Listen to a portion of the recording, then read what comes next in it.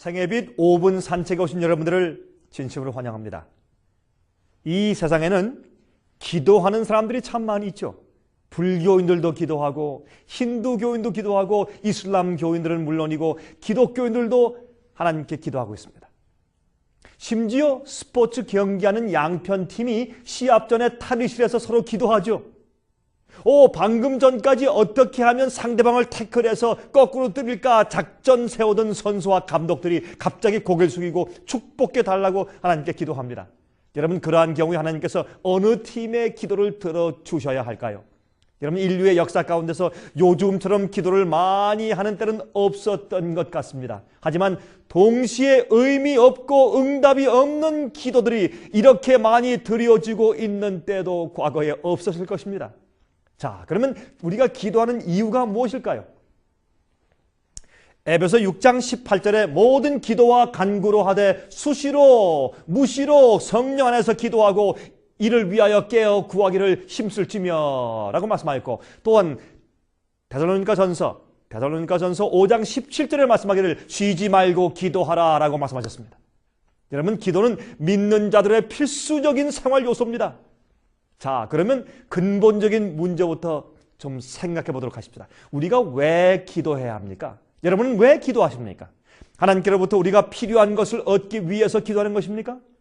한번 이렇게 생각해 보시죠. 자식들이 아버지에게 먹을 것을 구하고 입을 것을 구하고 잠잘 것에 대해서 간청한다고 하십니다. 아침에 일어나서 이제 아이들이 아버지한테 말하기를, 아버지 오늘 이 집에서 또 자도 됩니까? 오늘 아침도 먹어도 돼요? 라고 묻는 것을 우리가 보지 못합니다. 왜요? 아버지는 이미 자식들의 필요를 다 알고 제공하고 있기 때문에요. 하늘 아버지께서 우리 육신의 부모보다 우리 인간들의 필요를 더 잘 아시는 것입니다. 그래서 그 사랑과 필요를 제공하시는 것입니다. 마태복음 6장 7절과 8절에 말씀하기를, 또 기도할 때에 이방인과 같이 중언부언하지 말라. 저희는 말을 많이 하여야 들으실 줄 생각하느니라. 그러므로 저희를 본받지 말라. 구하기 전에 너에게 있어야 할 것을 하나님 너희 아버지께서 아시느니라. 그렇게 말씀을 한 것을 우리가 찾아볼 수가 있는 것입니다. 하나님께서는 우리가 기도하든 안 하든 의인들과 악인들에게 말이죠, 똑같이 햇빛과 비를 주십니다. 예수님을 안 믿는 사람들도 풍성한 수확을 거둡니다. 농사 지을 때. 그렇죠? 왜요? 자기가 수고한 대로 거두어 드리기 때문에 그렇습니다. 그런데 만일 하나님께서 하나님을 믿는 자들만 번영케 하시고 믿지 않는 자들에게 혜택을 안 주시면 모두가 다 믿으려고 할 것입니다. 그러나 그들의 동기가 이기적인 될 것입니다. 이기적인 동기가 될 것입니다. 그렇죠?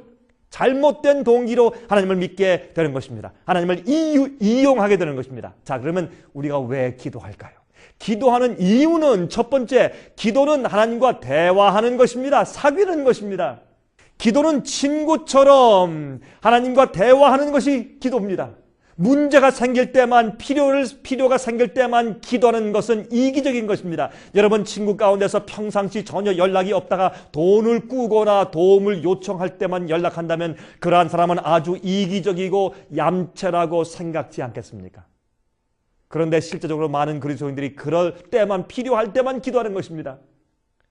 기도는 그러나 하나님과 친구같이 대화하는 것입니다. 왜 기도합니까? 라는 질문은요, 왜 우리가 숨을 쉽니까? 하는 질문과 같습니다. 왜 어린아이가 엄마에게 달려갈까요? 엄마니까 달려가죠. 그 안에는 거기 논리가 없습니다. 엄마에게는 모든 문제 해결이 있습니다. 엄마 속에 지혜가 있고 눈물을 닦아주고 상처를 싸매주는 사랑이 있기 때문에 가는 것입니다. 왜 우리가 기도합니까?